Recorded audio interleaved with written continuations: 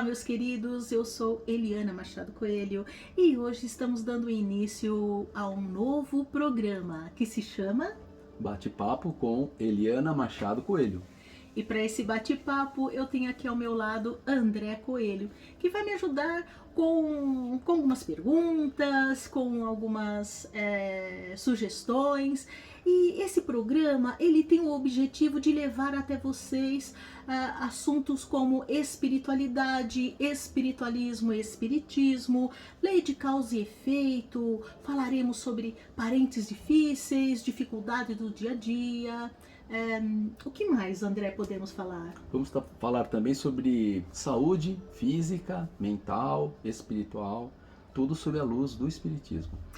E esse programa vai ser principalmente baseado nos livros que eu tenho em parceria com a minha mentora Shélida, que são livros que trazem várias reflexões, ensinamentos, e as pessoas os leitores estão gostando muito, apreciando bastante, e nós nos sentimos assim impelidos em levar até vocês, além dos livros, um bate-papo, uma conversa bem descontraída, bem gostosa, para falarmos mais dessa vivência pessoal, né, com espiritualidade.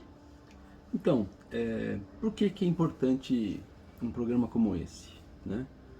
Para você viver melhor, para você viver com mais qualidade, com mais equilíbrio e com um grau de paz maior na sua vida, você precisa de informação. Então é isso que nós vamos fazer aqui, não é, Eliana? Nós vamos trazer bastante informação para vocês, para que vocês possam então usar essa informação ao próprio benefício e ajudar as pessoas que são da sua família, são amigos, são parentes, são conhecidos, né, de uma forma geral. E ajudar a si mesmo, né? Porque, em primeiro lugar, nós necessitamos estarmos bem para poder ajudar ao próximo. Sem equilíbrio, sem paz interior, nós nunca vamos conseguir fazer muita coisa pelo outro e pela nossa própria vida. Porque normalmente nós queremos mudar, nós queremos algo novo, diferente, mas o quanto nós estamos empenhados para isso, o quanto nós nos empenhamos para fazer algo novo, o quanto de força nós tiramos de nós para fazer esse algo novo, bom, útil e saudável. E lembrando que não podemos fazer algo bom, útil e saudável somente para nós. Né? Nós temos que fazer para nós e para os outros. Esse algo bom tem que ser para nós e para os outros. Verdade. Né? E para começar o nosso programa, vamos assim falar um pouquinho sobre a Eliana, né? Porque muitos são os pedidos que chegam até ela para falar um pouquinho sobre as questões dos livros, da mediunidade, como ela começou essa carreira de como escritora, né, como tudo se deu. Então, Eliana, como que você iniciou nessa carreira da escrita de forma mediúnica? Embora eu tenha falado isso algumas outras vezes, né, até em outros programas já há muitos anos, eu vou falar rapidinho para vocês como que aconteceu. Eu sempre me vi como médium, né, eu nunca tive a oportunidade de ser diferente. Então, quando as pessoas perguntam para mim, Eliana, como é ser médium? Aí eu falo, como é não ser, né? E é lógico que todos nós somos médiums em maior ou menor grau. E além disso, existem os médiums missionários, os médiums que têm um trabalho a realizar com esse dom, né? Com essa dádiva. E então eu sempre fui médium. Quando eu era pequena eu tinha amigos imaginários, né, como toda criança. Minha mãe achava, né, que eram amigos imaginários, e esses amigos imaginários não sumiram, não desapareceram. Eu venho de família espírita. A minha mãe é católica e meu pai espírita, né? A minha avó paterna sempre espírita, a minha bisavó paterna também espírita. Então a mediunidade, o que eu via desde criança, nunca foi algo assim surpreendente, nossa, fora do comum para minha família.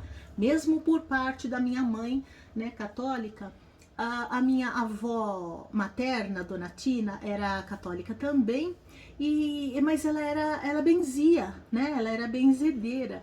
Então é uma mediunidade, claro. Então isso não foi algo assim anormal. Eu falar que via espíritos ou que eu via a Shélida. A Shélida é minha mentora e desde pequena eu a via. Então quando eu conversava assim com a minha avó, com as minhas avós, né? Eu vejo uma moça muito bonita, ela é linda, de muita luz e tal. E elas falavam, seu anjinho de guarda, seu espírito protetor, sua mentora. E essa foi assim a explicação que eu recebi desde sempre.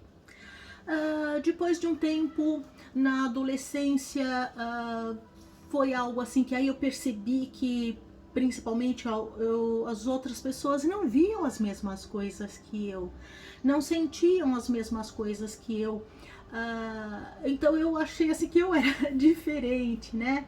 Nesse ponto, nesse aspecto, a doutrina espírita entrou na minha vida com muita bênção. Por quê? Porque foi onde eu encontrei nos livros da codificação explicações, ensinamentos e equilíbrio que me ajudasse a lidar com essa mediunidade. Então o tempo foi passando, tem aquele período que eu não queria mais saber, né, do espiritismo, jovem, né, outro nível, e depois a vida vai te guiando ou empurrando, fazendo com que algumas circunstâncias te levem, né, como me levaram, a conhecer mais o espiritismo. Então fui fazer cursos, né, em casas espíritas e aí eu descobri que eu tinha grande facilidade para a escrita. Isso vinha desde a adolescência, só que eu não tinha me tocado. Na escola eu fazia redações maravilhosas, assim, muito legais, muito bacanas. E de repente eu não conseguia fazer um cartão de Natal, né? E eu tinha facilidade com a escrita, fui estudando, fui me aperfeiçoando. Shélida foi me conduzindo, né? E fazendo os cursos. E até que conheci o André, né? Conheci o André nessa época, fizemos cursos juntos e tudo mais. Depois, nós já estávamos casados, né, André? Quando eu trabalhava em casa espírita como tarefeira e também expositoras em aula, cursos de educação mediúnica, preparatório e tudo mais. E eu trabalhava também nas sessões de mensagens a assistidos, né? Mensagens psicografadas a assistidos. Até que a Shélida chegou e falou assim, Eliana, nós vamos escrever um livro, né? E eu fiquei assim, eu tomei aquele susto, falei, um livro? Não me acho capaz de escrever um livro. E me coloquei ao trabalho, né? Com preparação de ambiente, com hora local, tudo muito bem estruturado espiritualmente. E aí nós trouxemos o primeiro livro, que foi o livro Despertar para a Vida. Ele tá até aqui do ladinho, deixa eu mostrar para vocês. Até que trouxe o primeiro livro, Despertar para a Vida. E esse livro foi bem curioso, que esse livro ele foi escrito aos pedaços, né? Por exemplo, a Shélida trazia uma psicografia que de repente estava aqui no meio, do meio do livro. Aí ela trazia a mensagem, eu psicografava. E eu falei, mas isso não faz sentido, até eu falava muito pro André, né? Aí, mas não faz sentido isso daqui, André, uma coisa sem pé nem cabeça. E o André sempre me trouxe muito apoio, muita tranquilidade e tal. Não, espera, reserva, vamos ver o que vai dar. Então a Shélida foi trazendo os livros aos pedaços. Quando foi no final, ela pegou e falou assim, olha, organiza de tal forma o livro, põe assim, ó, enumera 1, 2, 3 tal. Enumerei, coloquei da forma como ela propôs e aí saiu esse livro, Despertar para a Vida. Aí eu fiquei até incrédula, né, porque o que não fazia sentido, que muita psicografia, aqueles calhamaços que não faziam sentido, de repente se encaixaram perfeitamente. E aí logo de cara nós descobrimos que os livros da Shélida, eles possuem um diferencial, né? Depois do primeiro, o segundo livro me trouxe assim, uma coisa muito legal, que foi o Brilho da Verdade. Foi onde nós fomos até Uberaba, né? Nós fomos até Uberaba para conversar com o Chico e eu tive essa abençoada oportunidade. Então, os livros da Shélida, ele tem um diferencial, ele sempre traz ensinamentos, ele sempre nos traz reflexões, fazendo com que nós sejamos pessoas melhores, né? Fazendo com que nós encontremos mensagens que caibam nas nossas vidas, que possam ser usadas para sermos pessoas melhores, né? Então, foi essa história mais ou menos dos livros, foi assim que tudo se iniciou. Nada é por acaso, né? Tudo acontece conforme o nosso Pai deseja para nós. Então, hoje os seus livros são psicografados. E normalmente quando a gente vê por aí, alguns livros que estão escritos assim, em vez de ser psicografados, estão escritos ditados.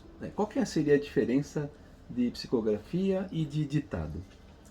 A psicografia, o espírito, ele toma a mão do médium. Então, os meus livros são psicografados porque é como se o espírito tomasse a minha mão, Shélida toma a minha mão, e a partir daí a história começa. Eu nunca sei o que vai ser escrito, tá? Então eu me proponho ao trabalho, e como é Shélida, como eu sei que é Shélida, eu me entrego a esse trabalho assim, de corpo e alma, né? Então eu me proponho e aí ela começa a escrever e a mão vai. Inclusive eu posso conversar com uma pessoa e a psicografia do livro continua. Eu posso, né, testar dessa forma. Então é psicografia. Outros médiums têm o ditado, tá? Então o médium se propõe ao trabalho e ele como que escuta a mensagem do espírito.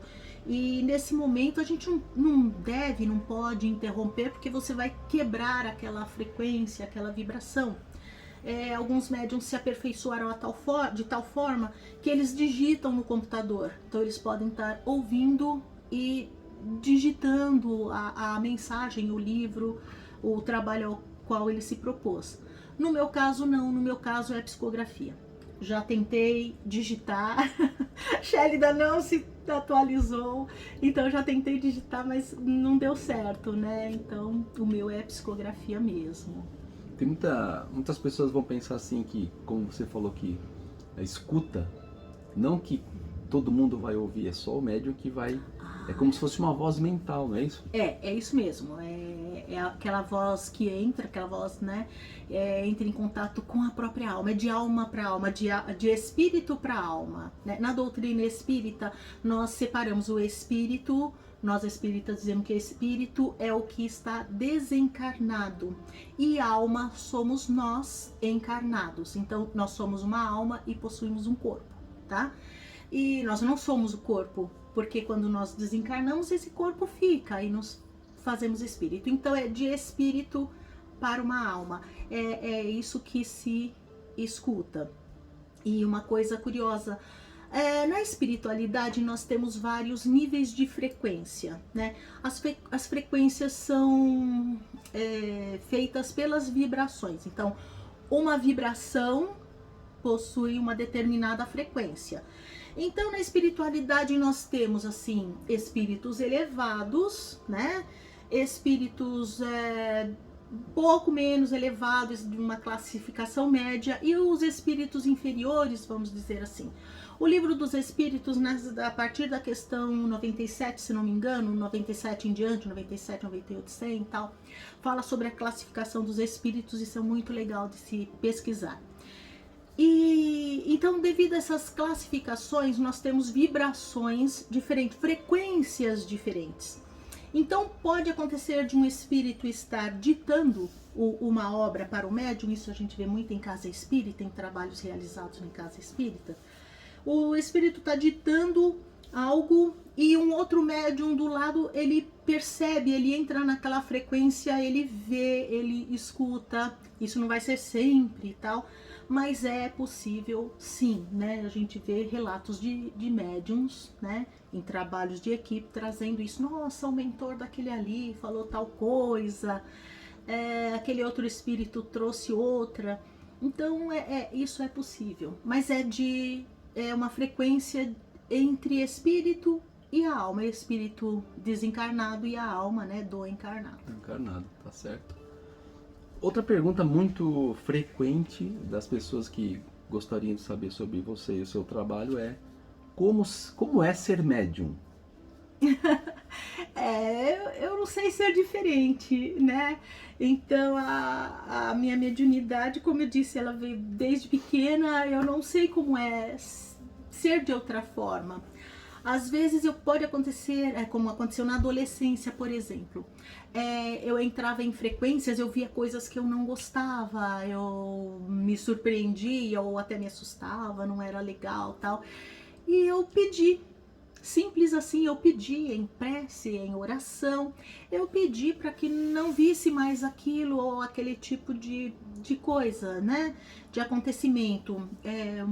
Um dos casos que eu posso contar, eu fui num aniversário e de repente eu vi a avó do aniversariante, eu a vi desencarnada, eu a vi num caixão. Naquela época costumava-se velar o desencarnado em casa, né? Na sala, não sei se algumas pessoas presenciaram isso. Trazia-se o corpo para casa. Hoje não mais existem os velórios próprios e adequados, né? Mas naquela época era assim, e eu vi a avó do aniversariante e isso, nossa, eu não achei legal, não me fez bem. E depois de uma outra situação, eu vi um acidente, né, de carro, eu acordei de manhã e vi um acidente, contei até para minha mãe, olha, com o meu tio aconteceu, o irmão da minha mãe, aconteceu assim, assim, assim, eu vi esse acidente. E foi numa segunda-feira e o acidente ocorreu na sexta. E aquela outra senhora que eu tinha visto desencarnou um mês depois. E eu não achei legal isso daí. Então eu pedi, simples assim, eu pedi, eu não quero ver, Shelida, olha, me ajuda a não ver mais essas coisas e tal. E em oração, porque não tem o que a prece não conquiste, né? Nem se for para aliviar o nosso coração, né? Então foi assim, mediunidade para mim é uma coisa muito natural. Não é que eu ligue e desligue um botão, tá? Tem coisas que eu não consigo ver e tem coisas que me facilitam muito, a espiritualidade me facilita a ver. Legal. Outra curiosidade, né, que as pessoas têm é que elas ficam querendo saber se você sabe o que será escrito nos livros, à medida que você começa a fazer a psicografia. Não, nunca eu sei o que está escrito. Inclusive se acontece de um personagem desencarnar no livro, como aconteceu no Despertar, quando eu vi, nossa, mas foi acontecer isso com esse personagem, ele não podia morrer, a Shelida, né? Então eu nunca sei o que vem nas obras, eu não tenho ideia do tamanho das obras e eu costumo dizer que eu sou muito chata, né? Porque eu não deixo a editora mexer nos livros, eu prefiro não publicar os livros a deixar que alguém mexa nas obras. Isso não admito de jeito nenhum.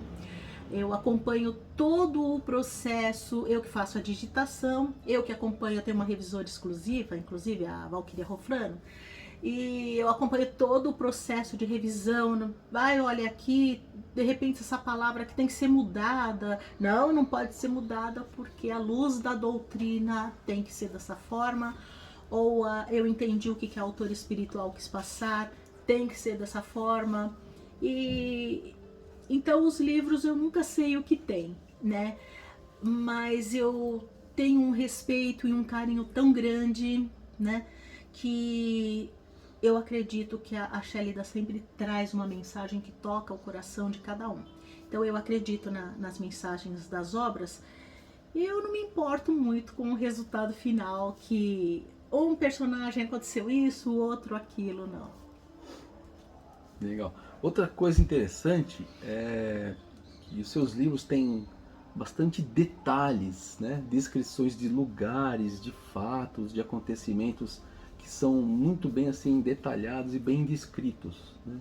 Inclusive em outras épocas, lugares distantes como Paris, né? França. Você tem conhecimento desses lugares? Né? Outra dúvida que as pessoas têm também, você conhece esses lugares que você descreve nos livros? Não, eu não conheço esses lugares. Eu nunca saí para fora do Brasil, não conheço a Europa. Aliás, né, nós fizemos um passeio para Foz do Iguaçu, então no máximo que eu pus ali o pezinho na Argentina. E foi o que mais? Outro lugar, né, que nós Paraguai. Argentina, Paraguai. Então aqueles passeios, aqueles pacotes, então você vai jantar ali naquele outro país e tal. Foi o máximo que eu me afastei do Brasil. Não, eu não tenho conhecimento, eu não sei de onde é que Shélida tira isso, que inclusive é algo bastante curioso, porque aconteceu assim no livro Ponte das Lembranças, por exemplo, apareceu lá uma determinada árvore que fica em Paris, num parque em Paris. E não tem como você confirmar esse tipo de assunto. Aí uma pessoa conhecida falou assim: nossa, Eliana, eu fui passear lá e fiquei admirando justamente essa árvore. Um outro caso curioso foi do livro O Retorno. O Retorno, quando numa parte lá fala da Catedral de Notre Dame, na cidade de Reims. Aí, nessa época, não existia internet, tá, pessoal? Então não é pra falar assim, olha, tinha internet, dava pra pesquisar, porque o Retorno ele é bem antigo. Então, no Retorno, apareceu lá a Catedral de Notre Dame e tal, na cidade de Reims, e uma leitora escreveu uma carta pra editora dizendo que seria um erro imperdoável, porque ela conheceu a França muito bem e a Catedral de Notre Dame não fica na cidade de Reims e sim em Paris. Eu falei, nossa, Shélida, que vergonha você faz eu passar. Eu que confiava tanto em você, Shélida, olha isso, né?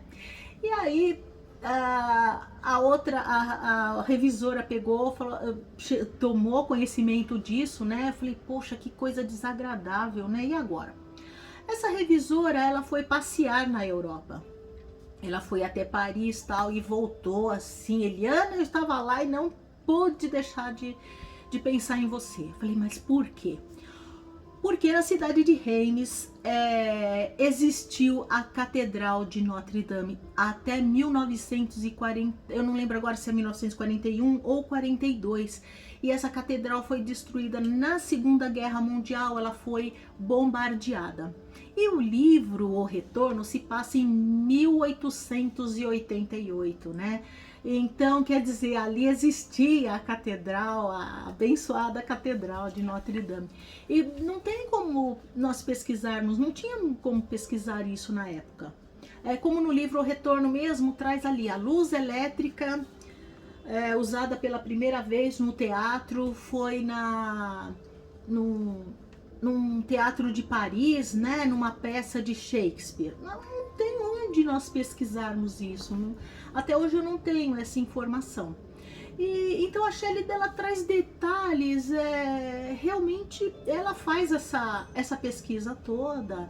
Os livros dela, algumas pessoas me perguntam, são fatos reais? Sim, eu posso dizer que sim, são histórias baseadas em histórias reais, nos quais são trocados os nomes dos personagens e muitas vezes os lugares, porque é muito difícil, gente, publicar um livro cujos familiares estejam encarnados, né? Nós já tivemos algumas experiências que foram bastante delicadas. Então, o livro é rico, traz assim coisas inegáveis. Aí a gente pede autorização, porque para publicar um livro verídico é preciso da autorização da família. E aí você vai pedir autorização da família, não assina, não quer que o nome dele no livro, e não dá para jogar o livro todo fora.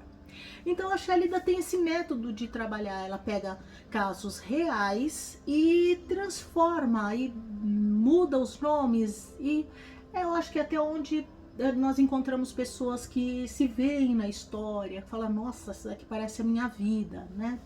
Então é dessa forma, eu não sei o que está sendo escrito, eu não vou pesquisar a respeito, eu não tenho conhecimento não. E curioso são os leitores trazerem informações depois, como foi o outro livro também, né? O queridinho dos leitores, Um Diário no Tempo. Alguém foi para a Itália e foi conhecer aqueles lugares narrados no livro, e jura que encontrou até o lago, né? Tem um lago meio famoso na história, então o leitor me falou, olha, aquele lago existe. É o lago né? congelado, né? Um lago congelado. É. Então são coisas assim que vão nos surpreendendo, e se eu não acreditasse na espiritualidade, eu precisaria acreditar diante de tantas provas, né? Muito bem. Outra curiosidade, né, que as pessoas também demonstram são, se você, quando você está se preparando para escrever um novo livro, se você lê outros livros para se inspirar ou para ter ideias. Não, eu não sou muito adepta à leitura de romances. Desculpa falar assim, mas eu não gosto de romances, né? E outra coisa, como eu tenho um certo grau de dislexia, eu demoro muito para ler. Então, quando eu vou ler alguma coisa assim, eu demoro bastante. A dislexia, quem tem, né, sabe que é cansativo, a gente fica lendo assim, com muita pausa. Então, quando eu tenho a oportunidade de ler, eu procuro livros de estudos. E não, eu não faço pesquisas nenhum tipo de estudo para poder escrever. Os livros nos quais eu me baseio sempre, até pela própria mediunidade, são os livros da codificação espírita. Por ser espírita, por ser uma médium atuante com tarefa, são nessas obras que eu me embaso, são essas obras que eu leio. Os livros do Kardec são fundamentais realmente para nós entendermos a vida. E para vocês terem uma ideia, eu vou mostrar uma curiosidade aqui, ó. Pra vocês terem uma ideia, meus livros de estudo, tá até aqui, ó. É em fascículo, tá, gente? Olha, é em fascículo, muito escrito, muito rabiscado. Eu posso pegar qualquer parte aqui do Livro dos Espíritos, não sei se dá pra ver. Muito rabiscadinho. E eu costumo brincar que é em fascículos. Não sei se dá pra ver, assim, todo riscadinho, tudo escrito, né? Embora dá pra comprar um livro novo e tal, mas a gente não abre mão desses velhinhos aqui, porque a gente estuda e vai anotando, e eu recomendo, tá? Estuda, vai anotando, porque daqui a pouquinho, quando você lê de novo, você vai ver, nossa, eu pensei isso aqui, mas agora é outra coisa. É muito legal isso aí. Muito bem. Outra dúvida, né, que as pessoas têm apresentado é com relação à sua psicografia. Muitas pessoas perguntam se existe um cansaço físico, um esgotamento mental, algum tipo de coisa assim. E para você, como se dá? Olha, eu não sinto qualquer desgaste físico, emocional, psicológico, não. Quando eu estou escrevendo, ainda mais com Shélida, é o contrário, né? É algo assim, muito sublime, muito gostoso, né? É aquele momento muito esperado por mim. Eu amo o meu trabalho, eu amo o que eu faço, né? E eu não me vejo sem ele, eu não me vejo de forma diferente. Por ser muito gratificante, eu me sinto assim abençoada, porque é gostoso demais trabalhar com Shélida, com a espiritualidade, não tenho cansaço nenhum não, gente. Eu já vi ela atravessar a noite fotografando. E não foi só uma vez não, foi várias vezes. Você acabou de falar da Shélida, né? E as pessoas gostariam de saber sobre a Shélida. Né? Se pudermos falar um pouquinho sobre ela, seria interessante. Shélida é um doce. Eu adoro doce, né?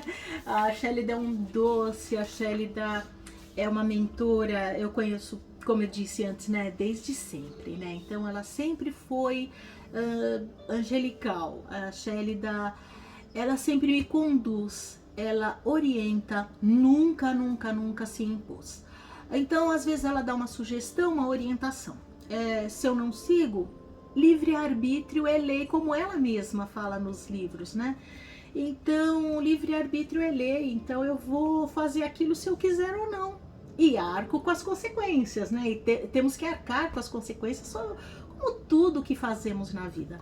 Então a Shélida, ela é meiga, ela é carinhosa, ela é compreensiva. Se eu marco um horário para psicografar e não dá, aquele dia aconteceu um evento diferente, ela compreende. Nunca se impôs, jamais se impôs. Então, nossa, é uma presença assim muito agradável. médiums que conseguiram vê-la, sente algo mais, percebe aquela presença sublime, né? Eu conheço gente que acordou às 3 horas da manhã e viu a Shélida pela primeira vez e chegou lá me acordando assim, Li, eu vi a Shélida, né? Porque ela é linda. E eu, você viu a Shélida, né? Tá bom, mas... É impressionante.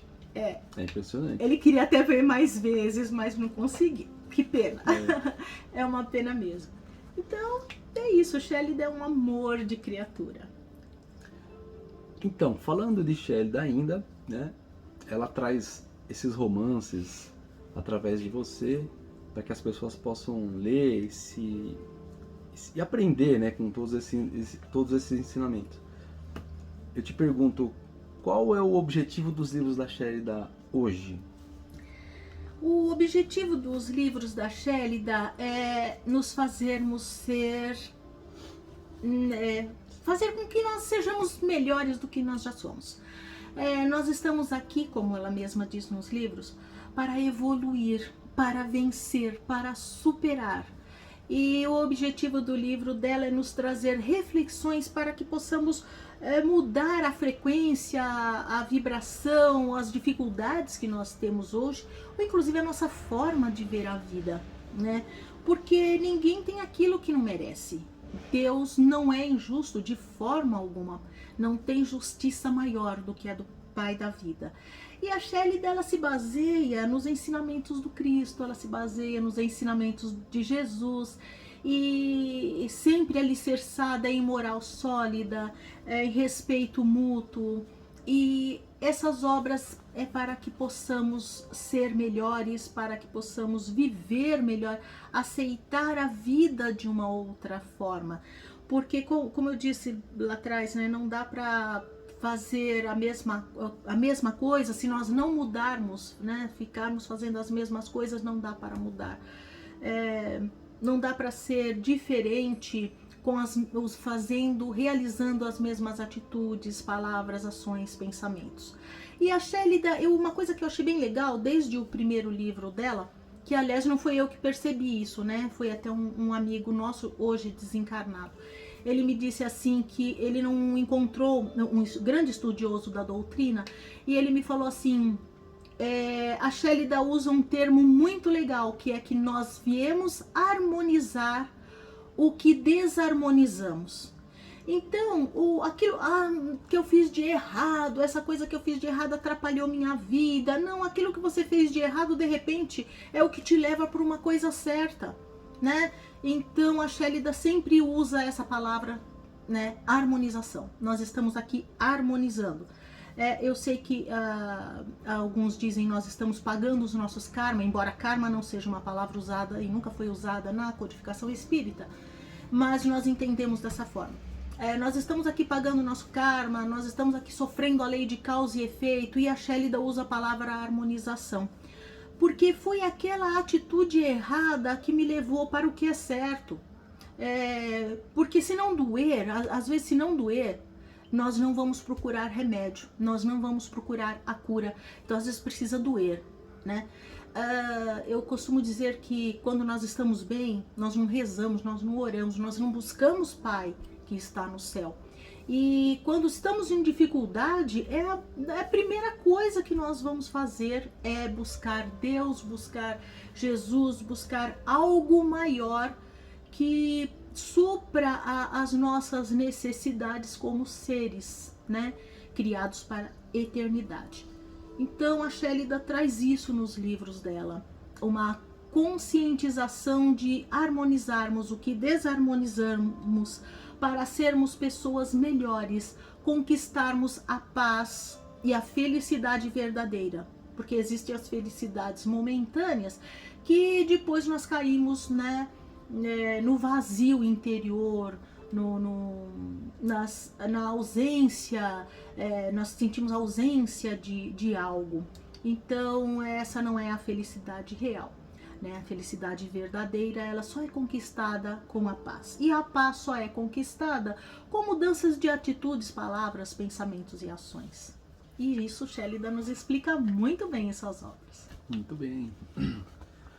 Bom, eu teria muito mais perguntas para fazer para Eliana, mas vocês sabem que, né, o nosso vídeo Um ficaria programa só não muito dá. extenso e um programa não ser, um só episódio não seria suficiente para abordarmos todas as perguntas. Então, nós vamos deixar outras perguntas para um próximo programa, tá bom, Eliana? Tá ok.